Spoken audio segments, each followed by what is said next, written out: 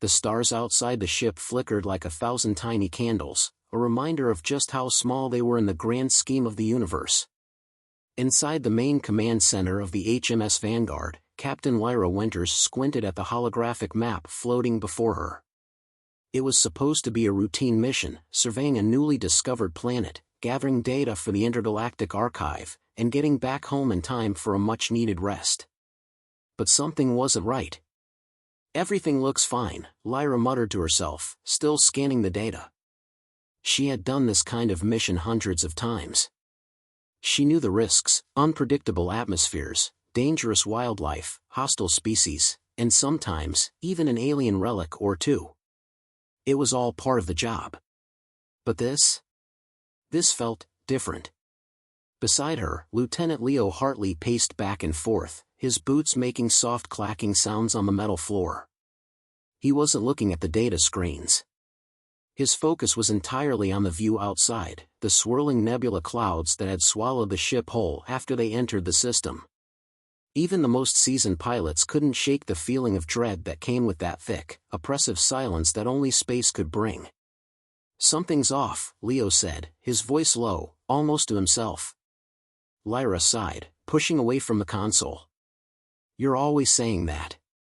What exactly is off this time?" He turned sharply, his eyes wide with apprehension. "It's not the mission. It's the planet, Lyra. It's alive."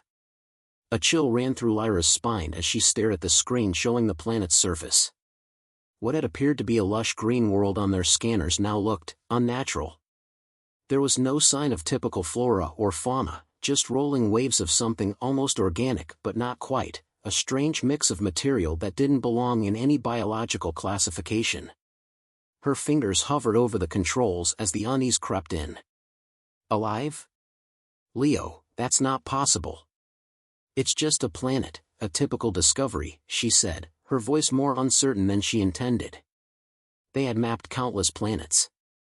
Not a single one had ever been anything but rock, water, and occasional vegetation. But the more she stared at the fluctuating readings, the more she realized Leo was right. Something was moving down there. "What if we're not the first ones to land?" Leo suggested, his expression grim. "What if someone or something has already made contact?" Lyra's jaw clenched. "We'll find out soon enough. Prepare the team. We're landing." The command was given without hesitation. Despite the strange feeling gnawing at her, Lyra pushed her doubts aside. There was a mission to complete, and nothing had ever been an obstacle before. That's what made them human. That's what made them endurance, the ability to overcome, adapt, and rise above whatever the universe threw at them. The landing sequence was brief, a mix of calculated precision and turbulent anticipation. The HMS Vanguard touched down on the alien world with a low hum, its thrusters kicking up dust and strange, iridescent particles from the planet's surface. The atmosphere was breathable if you ignored the slight acidic taste in the air. But that wasn't what Lyra focused on. It was the eerie stillness of the place. There was no wind, no sound, nothing. Her team, a small group of highly trained explorers, suited up quickly. They were the best of the best, handpicked by Lyra herself. Among them was Ensign Zara Cheng, a tech prodigy whose skills in hacking and data manipulation could bypass even the most advanced security systems, Sergeant Samir Tala, the team's weapons expert, whose calm under pressure made him an invaluable asset, and Dr. Nia Patel, the biologist who could identify any form of life, even ones never seen before. Together, they were more than just a crew, they were a family. And like all families, they bickered, laughed, and often, they fought, but they always had each other's backs when it mattered most. The airlock opened with a soft hiss, and one by one, they filed out onto the surface of the unknown world. The planet's ground was soft, almost sponge-like beneath their boots, the earth shifting slightly with every step they took. The horizon seemed to stretch forever, but it wasn't the typical expanse of barren land. The planet's surface appeared to ripple, a slow, undulating wave that reminded Lyra of something alive. Something that could move, breathe, or even think. "This is weird," Zara muttered as she scanned the environment with her portable devices. Her face was pale as she flipped through several data readings that didn't match anything in the database. Nothing's registering properly. It's like, this place isn't in the right dimension. Lyra took a deep breath and shook her head. We didn't come all this way to stand around. Let's see what we can find. Dr. Patel, any signs of life? Nia crouched, running her fingers along the surface. Something's here. But it's not like anything I've ever seen. It's not quite plant, not quite animal. She trailed off, her brow furrowed. Alive? Leo chimed in, his voice a little too tense for comfort. Nia glanced up at him. Yes. But that's the least of our problems. This planet isn't just a rock with some life on it. It's an organism. The words hit Lyra like a slap to the face. An organism? The entire planet was alive. Before she could respond, Samir cursed under his breath. Lyra, you need to see this. She turned quickly, her heart rate spiking. Samir had already moved off ahead, his rifle at the ready. Lyra followed, her crew close behind. They came to a large, dark crevice in the ground, a crack in the surface, wide enough to drive a shuttle through. From within the crack came a low, throbbing hum. The air seemed to vibrate with it, and it was as if the very ground beneath their feet was alive, resonating with the strange sound. Suddenly, the hum intensified, and from within the crack, something began to emerge. It was at first only a faint shadow, but as it grew closer, the shape took form, a massive, writhing mass of tendrils, pulsing with light and strange symbols that danced across its surface. A scream of warning was on the tip of Lyra's tongue, but it never came. Instead, a massive force shot up from the ground, sending them sprawling backwards. Lyra hit the ground hard, the air knocked out of her lungs as she gasped for breath. In an instant, the tendrils were all around them. The entire planet had awakened. Get back to the ship. Lyra shouted, adrenaline surging through her body as she scrambled to her feet. Move, now! Her crew responded instantly, pulling themselves up, but the tendrils were fast, too fast. They whipped and lashed out, their movements calculated, intent on stopping their escape. The air crackled with an alien energy, and the ground beneath them shifted again. The vanguard seemed so far away. How could they outrun something like this? Lyra's mind raced as she sprinted alongside her crew, her breath ragged in her chest. They couldn't leave yet, not with so much unknown. She glanced back at the massive creature, and for the first time, she wondered if the planet itself would kill them before they could even make it back to their ship. The planet's surface trembled beneath their boots as they scrambled toward the ship. The tendrils from the crack in the ground had retracted for a brief moment, but the relief was fleeting. The air was thick with the scent of something ancient and bitter, and it burned Lyra's lungs as she ran. The odd pulsing hum from below had grown louder, echoing like a warning, vibrating deep into her bones. Behind her, the crew was in full motion, but their coordinated steps were hindered by the treacherous terrain. Samir led the charge, his rifle raised, constantly scanning the surroundings. Zara was muttering into her wrist comm, trying to make sense of the data pouring in, while Dr. Nia Patel moved cautiously, her eyes darting to the eerie, shifting surface beneath their feet. Captain! Samir shouted over his shoulder, we're not going to make it to the ship. It's too far. Lyra's heart raced. They had barely covered half the distance, and the tendrils were already stirring again, slithering back toward them, faster than before. The ground underfoot had become a writhing, organic mess of tendrils, vines, and pulsating bulbs that sent waves of nausea crashing into Lyra's mind. She had seen hostile planets before, planets with dangerous weather systems, hostile alien species, but nothing like this. This wasn't just an environment. This was a creature, one that didn't want them here. The landscape wasn't just alive. It was fighting them. We can't outrun it, Nia called, her voice tight with fear. She looked behind them at the shifting, undulating surface. It's adapting. The planet's responding to us. It's trying to trap us. Lyra's eyes darted across the terrain, searching for any sign of escape, but it was too late. The tendrils had already begun to coil their way toward the crew like gigantic, slow-moving snakes. Each movement of the surface seemed calculated, intelligent. It wasn't random. "We need to fight back," Samir grunted, adjusting his rifle's power settings. He aimed it at the nearest tendril, which recoiled violently as if it had felt the incoming attack. "At least slow them down." Before Lyra could give the order, Zara interrupted, her voice panicked. "The ship's systems are being compromised. I can't get through to the command module, something's blocking the signal." "Damn it," Lyra cursed under her breath. The HMS Vanguard was their only lifeline, and if they couldn't get to it, they were stranded. But it was clear that every movement they made was being tracked by the planet's living surface. "We don't have time to waste," Leo said firmly. His usually confident demeanor had shifted, his voice was steady, but the look in his eyes betrayed the anxiety gnawing at him. "We need to find a way to get to the ship before it's too late." Lyra scanned the landscape again, eyes narrowing as she noticed something. A series of towering, spiny structures loomed in the distance.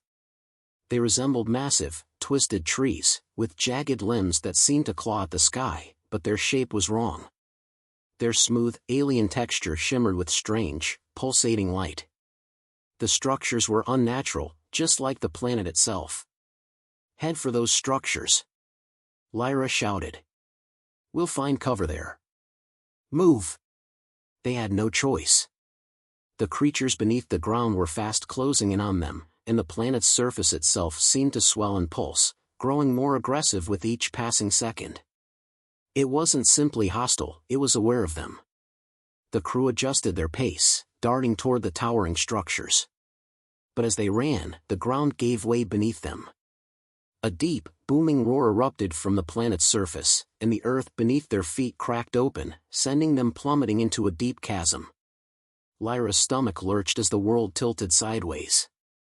Her arms flailed as she fought to regain control, but the gravity was too strong, and the chasm seemed endless. Her mind flashed back to the moment before they'd landed, before they knew just how dangerous this planet was. The fall was abrupt, and the world around her shifted in disorienting angles. The air grew thicker as they tumbled down, and she heard the frantic shouts of her crew. She braced herself for impact, but it never came. Instead, there was a sudden jolt, and the ground beneath them softened, catching their fall. Lyra shook her head to clear the dizziness. She opened her eyes, taking in the darkness around them. For a moment, everything was silent. "Everyone all right?" she called, her voice hoarse. The group was scattered in a heap, but they were alive. A few groans of assent came from the others. Samir was already on his feet, weapon drawn and scanning the area, while Leo was checking on Zara, who had taken the brunt of the fall. "Captain, we need to move. This place, it feels wrong." "Like it's pulling us deeper," Samir said, his voice grim. Lyra pushed herself to her feet, her mind racing. They were in a cave now, deep beneath the surface. The walls were smooth and almost organic in texture, pulsating faintly in the dark. It was as if the planet itself was alive inside, breathing, watching them. The hum was back, but it was louder now, vibrating through the very bones of the crew. "I think we've just fallen into the heart of this thing," Nia said quietly, her voice barely above a whisper. A heavy silence fell over the group as the implications of Nia's words sank in. The surface was just the beginning. Now, they were in its core. The cave extended in all directions, the walls glittering with strange bioluminescent patches that glowed faintly, casting long shadows across the group. But no matter how far they looked, they saw nothing that resembled escape. It felt like the walls were closing in on them, suffocating them with the weight of its organic presence. The hum had intensified, becoming an almost unbearable vibration, as though the planet was calling to them.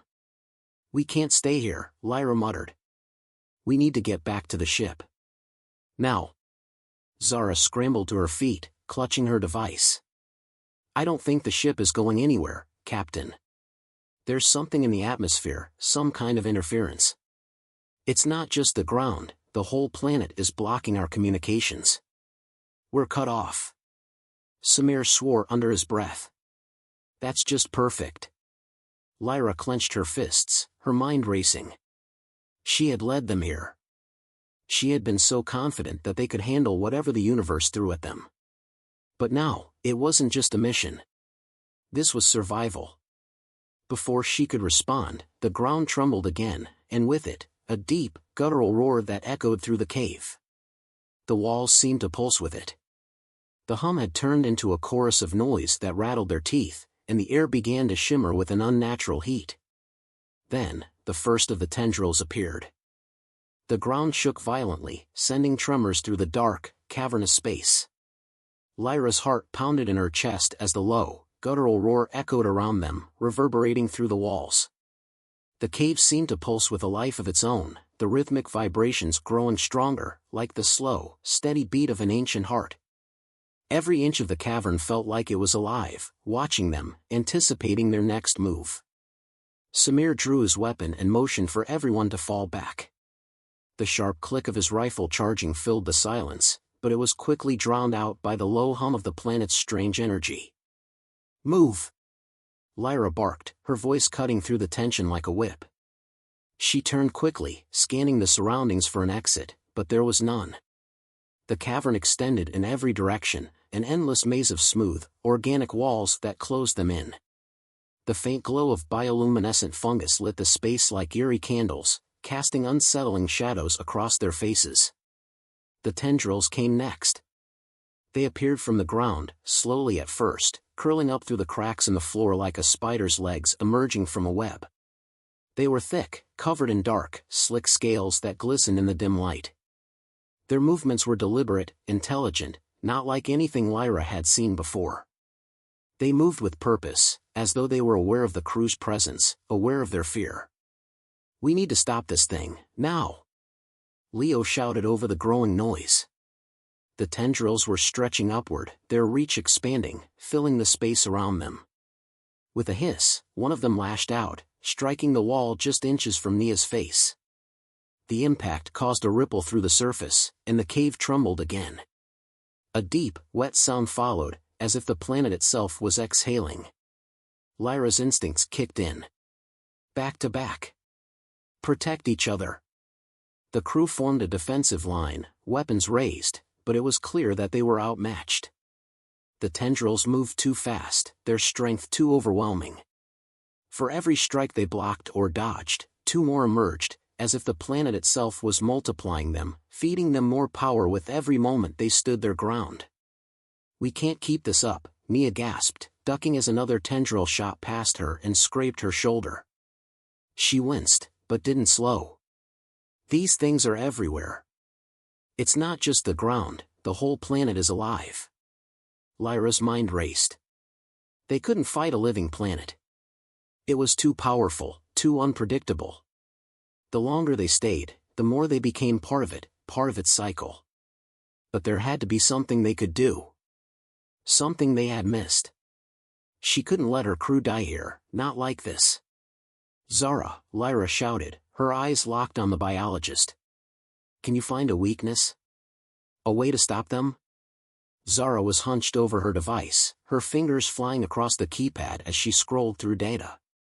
She muttered to herself, eyes wide with panic. I think so. The planet's behavior is controlled by a central node. It's drawing all its energy from a single source. If we can disrupt that, we might be able to stop the tendrils." A surge of hope coursed through Lyra's chest. "Where is it?" Zara hesitated for a moment, her gaze flickering to the ceiling. "Above us. Somewhere deeper in the planet. It's not far, but..." A tendril lashed out again, cutting off her sentence. It struck the ground near Zara's feet, sending up a cloud of dust and debris. Zara staggered back, barely avoiding the strike. "This isn't working." Leo yelled, his gun blazing at the nearest tendril, but the shots barely seemed to faze it. "We're running out of time." Lyra's eyes darted across the cavern, her mind calculating their options. They had no choice but to take the fight to the heart of the planet. If Zara was right, the source of the planet's power was their only hope. But they had to get there before they were completely overwhelmed. The tendrils were becoming more aggressive, faster, smarter. They could feel the pressure mounting in their skulls. The planet was pushing them, trying to keep them from moving forward. "Samir, get us a path forward," Lyra ordered. "We need to move toward the node." "Zara, stay close and guide us." Samir didn't hesitate. He pushed forward, rifle raised, his eyes scanning every inch of their surroundings. The rest of the crew followed close behind, weapons drawn, hearts pounding. But the tendrils were relentless. As they advanced, the walls of the cave seemed to close in on them. The floor shifted beneath their feet, as if trying to swallow them whole. Without warning, a massive tendril shot toward them, its jagged tip aimed directly at Lyra's chest. She barely had time to react before Leo shoved her out of the way, taking the brunt of the blow. He was sent crashing to the ground, his rifle flying out of his hands. "No!" Lyra screamed, her breath catching in her throat. She turned, ready to rush to his side, but Samir's voice cut through the chaos. "Lyra, focus," he shouted. "We don't have time for this." "He's okay. We have to keep moving." Lyra hesitated for a heartbeat, watching Leo struggle to rise, blood dripping from his shoulder. But Samir was right. There was no time to mourn. Not yet. She turned back to Zara. "Lead the way." Zara nodded, her face grim. She pulled up her data pad and began to guide them through the twisting maze of the cave. The walls felt alive as they moved, the surface seeming to breathe and shift beneath their feet. The deeper they went, the more suffocating the air became, and the louder the hum grew. It felt like the planet was closing in, like it was sending its creatures after them, cutting off every possible escape. After what felt like an eternity of running, they finally reached the center of the cavern. A massive opening stretched out before them, a cavern so vast that the walls were lost in shadow. At the far end, a massive, glowing structure rose from the ground like the beating heart of the planet itself. It was made of the same material as the tendrils, dark, organic, and alive. Pulsing with strange light, the structure seemed to be the source of the planet's power, its energy radiating outward like a powerful magnet pulling them in. The tendrils converged around the base of the structure, moving in erratic patterns as though the planet was preparing for the final strike. "This is it," Zara said, her voice tinged with awe. "This is the heart of it. If we can disrupt it." "Then let's do it," Lyra said, her voice fierce. She didn't wait for the others to respond. She was already running toward the glowing core. But as they charged forward, the tendrils reacted. They whipped around them, faster and more vicious than before. They couldn't avoid them all. It was now or never. The cavern echoed with a deafening roar as the tendrils lashed out, striking the walls, the ground, and anything that moved. Lyra's heart thundered in her chest as she sprinted toward the glowing core, her boots pounding against the shifting, undulating ground. Each step felt like a battle against the planet itself, a living entity that was determined to swallow them whole. The air was thick, almost suffocating, filled with the sharp tang of ozone and the acrid scent of something ancient. Behind her, the crew followed, their footsteps faltering as the tendrils closed in. Samir fired his weapon in quick bursts, trying to clear a path, but the tendrils seemed to multiply with every shot. The air around them vibrated with the hum of the planet's energy, as if the very ground they were standing on was sentient, watching, waiting. "Keep moving!" Lyra shouted over her shoulder, her voice rising above the chaos. Her eyes were fixed on the core ahead.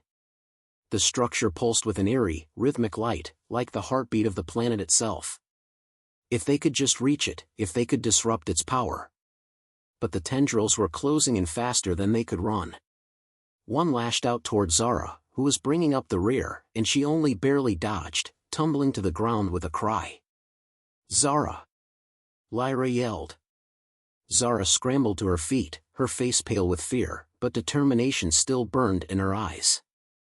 "I'm fine, just go," she called, pushing herself up and rushing forward. Lyra's pulse quickened as she reached the base of the glowing core, her hands gripping the cool, smooth surface of the structure. It hummed beneath her touch, its energy thrumming through her fingertips, sending sharp jolts of electricity into her nervous system. She could feel the pulse of the planet through the walls of the cavern, an ancient, malevolent intelligence. It was alive, and it didn't want them here. "Do it now, Zara!" Lyra shouted, as she looked over her shoulder. Samir was still firing, but the tendrils were closing in, fast. Their reach was endless, and the walls of the cavern were starting to close in. There was nowhere left to run. Zara stood several yards away, her eyes glued to her datapad. Her fingers flew across the keys, and for a moment, there was nothing but the deafening sound of the pulsing hum filling the cavern. The lights around them flickered, and a wave of pressure seemed to roll over them, tightening around their chests. "I'm trying," Zara gasped, her voice strained. It's too complex. The energy is blocking my access, there's a protective layer I can't get through. Can't you just rip it open?" Samir yelled, firing his rifle again, but a tendril coiled around his leg, yanking him backward. He gritted his teeth, slashing at the tendril with his blade. "We're running out of time, Zara." Lyra's stomach dropped as she watched Samir struggle against the writhing tendril, the others moving in to help him. The core was within reach, but they weren't going to get there unless Zara could break through its defenses. Panic surged in her chest, but she pushed it down, focusing on the task at hand. There had to be a way to weaken the structure, some way to give Zara the opening she needed. A thought struck her, a cold, almost desperate idea. "Zara!" Lyra shouted again. "Can you overload it? Is there any way to destabilize its energy?" Zara looked up, her face drawn and pale, but her eyes held a spark of determination. "I might be able to cause a short circuit, create a cascade failure. It'll take me a few seconds, but—" "No time," Lyra snapped. "Do it now." Zara didn't hesitate. She dove to the ground, pulling out a series of small devices from her pack. She placed them on the surface of the core, each one emitting a faint light as it activated. The tendrils were closing in on them from all sides, but Lyra could feel the pulse of the planet's energy changing, shifting. Zara had triggered something. "Everyone, get back!" Zara yelled. "It's going to get ugly." They didn't need to be told twice. Lyra turned and sprinted away from the core, her eyes flicking to the others. Samir had managed to free himself from the tendril's grasp and was now helping Leo and Nia, who had been caught in the chaos. The planet's energy was unstable, more erratic now, as if it, too, was aware of what was coming. The first explosion hit like a shockwave, knocking Lyra off her feet. The entire cavern trembled violently, and the ground beneath her cracked open as if it had just been ripped apart. A wave of energy rolled over them, throwing her and the crew into the air. She landed hard on the ground, gasping for breath, her ears ringing from the blast. For a moment, everything was chaos. Dust and debris rained down from above as the planet's surface cracked open like an ancient wound, sending tendrils of light and energy shooting into the air. The core of the planet, the structure they had tried to reach, was shuddering violently, its once constant pulse now erratic, flashing between brilliant and dark. Zara had done it. But the price was steep. A massive tendril shot out, wrapping around Lyra's ankle before she could get to her feet. She struggled, trying to free herself, but the grip tightened, pulling her deeper into the crumbling ground. Samir and Leo rushed forward, weapons raised, but the tendril was too strong. The planet was fighting back with everything it had. Then, with an explosive roar that shook the very foundation of the cave, the core finally collapsed. A blinding burst of energy erupted from the heart of the planet, sending tendrils and debris flying in all directions.